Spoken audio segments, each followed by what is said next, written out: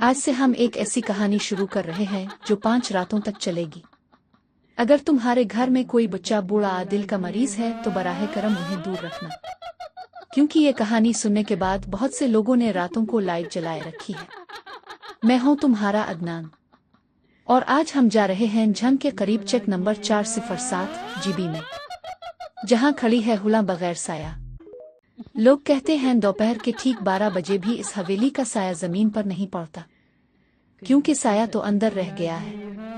बात 25 नवंबर 2025 की है।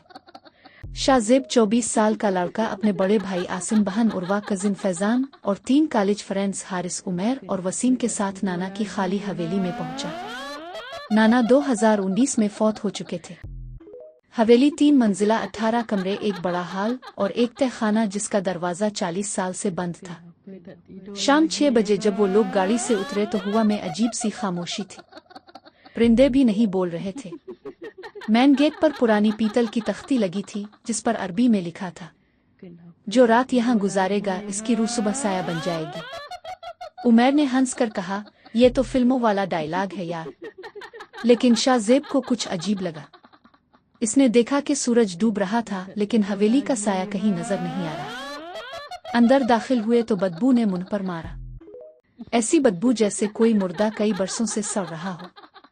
ड्राइंग रूम में बड़ा सा आईना था, इस पर धूल की मोटी तह और धूल में उंगली से लिखा था, खुश आमदीद, तुम 8वीं गिरोह हो। उर्वा ने पूछा, 8वीं गिरोह मतलब 7 गिरोह पहले आ चुके हैं। कोई जवाब ना आया।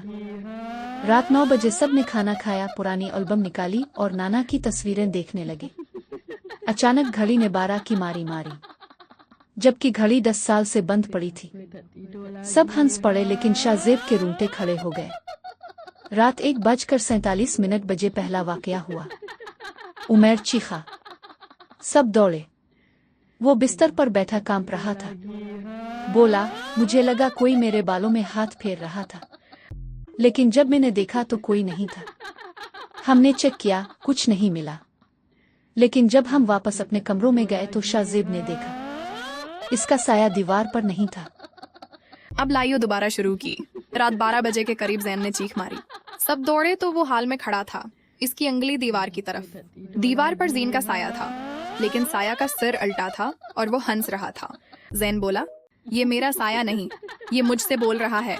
अचानक साया दीवार से अलग हुआ और जमीन पर चलने लगा। वो साया ज़ेन के करीब आया और उसके कान में कुछ बोला। ज़ेन की आंखें फैल गईं और वो रोने लगा। फिर उसने अपने हाथ से अपना मुना फाड़ दिया, कानों तक। खून बह रहा था, लेकिन वो मर नहीं रहा था। वो बोल रहा था, अब मेरा चेहरा भी उन जैसा हो गया, अब मैं तैयार हूँ। रात 3 बजे फरहान गायब हो गया। सुबह इसका जौता मिला, अंदर सिर्फ पाँव, हड्डियां अलग। रात 1 बजे तक खाने का दरवाजा खुद ब खुद खुला। नीचे उतरे तो अंदर 5 पुरानी फौजी वर्दियां लटक रही थीं। हर एक में सिर्फ हड्डियां। हर वर्दी पर नाम लिखा था, 1971 के अफसरों के। आखिरी वर्दी पर ताज़ा खून से लिखा था, अब 5 और चाहिए, तुम लोग ठीक हो। रात 247 बजे साइमा, आबिद की बहन, चीखती हुई भागी। उसने बताया कि उसने ते खाने में एक फौजी अफसर देखा जो उसकी शक्ल का था, लेकिन उसकी आंखों में कीचड़ भरा हुआ था। वो अफसर बोला, मेरी बेटी आजा, अबा तुझे बुलाता है। रात 4 बजे बिलाल पागल हो गया। वो दीवार पर सरदे मार रहा था और चीख रहा था, वो मेरे अंदर घुस गया है, वो मेरी जबान से बोल रहा है। फिर उसने अपनी जबान काट कर खा ली। सुबह उसकी लाश मिली, जबान की जगह सिर्फ सियाह कीचड़। अब आबिद, रिदवान भाई, साइमा और फरहान। रात 12 बजे साइमा अकेली कमरे में थी।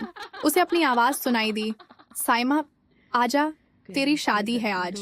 वो बाहर निकली तो एक साइमा सीढ़ियों पर खड़ी थी, सफेद जोड़े में, सिर पर दुपट्टा, लेकिन दुपट्टा खून से तर। दोनों साइमा ने एक साथ बोला, भाई कौन सी असली है? आबिद ने पूछा, बचपन में तेरा सबसे बड़ा डर किया था। दोनों ने एक साथ जवाब दिया, अंधेरे से। फिर दोनों हंसने लगे। एक साइमा ने दूसरी का गला दबा दिया। खून छोटा, लेकिन जो मर रही थी वो मुस्कुरा रही थी। फिर वो गायब हो गई। असल साइमा रोते हुए बोली, भाई मेरा साया मर गया है, अब मेरी बारी है। रात 3:30 बजे रिजवान भाई गायब हो गए। सुबह छत पर उनकी लाश मिली, फौजी वर्दी में, सिर अलग। अब सिर्फ आबिद और फरहान रह गए। आखिरी रात, अब सिर्फ आबिद अकेला। रात 11:08 बजे उसने मुझे आखिरी ऑडियो भेजी, इदनान भाई अब 12 बजने वाले हैं। कोठी में 5 फौजी अफसर खड़े हैं, उनकी आंखों में कीचड़। वो कह रहे हैं अब हम मुकम्मल हो गए। फरहान दूल्हे के लिबास में तैयार हो रहा है। वो मुस्कुरा रहा है, लेकिन उसका साया नहीं। अब मेरी तरफ आ रहे हैं। वो कह रहे हैं आखिरी फौजी की जगह खाली है। अब चमा। अब वो मेरे करीब आ रहे हैं। उनके हाथों में रस्सी है। अब वो मेरी गर्दन पर। अदनान भाई, मैं जा रहा हूँ, रुक जा रहा हूँ। अगर ये ऑडियो सुन रहे हो तो चुक 122 कभी मत आना, और रात 12 बजे अपना साया मत देखना, क्योंकि अब वो 6वें की तलाश में है।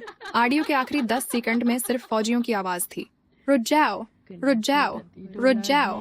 अगली सुबह गांव वालों ने कोठी तोड़ी तो अंदर 5 फौजी वर्दियां लटक रही थीं और छठी वर्दी पर ताजा खून से लिखा था, अब हम मुकम्मल हो गए। अगली रात तुम्हारी बारी।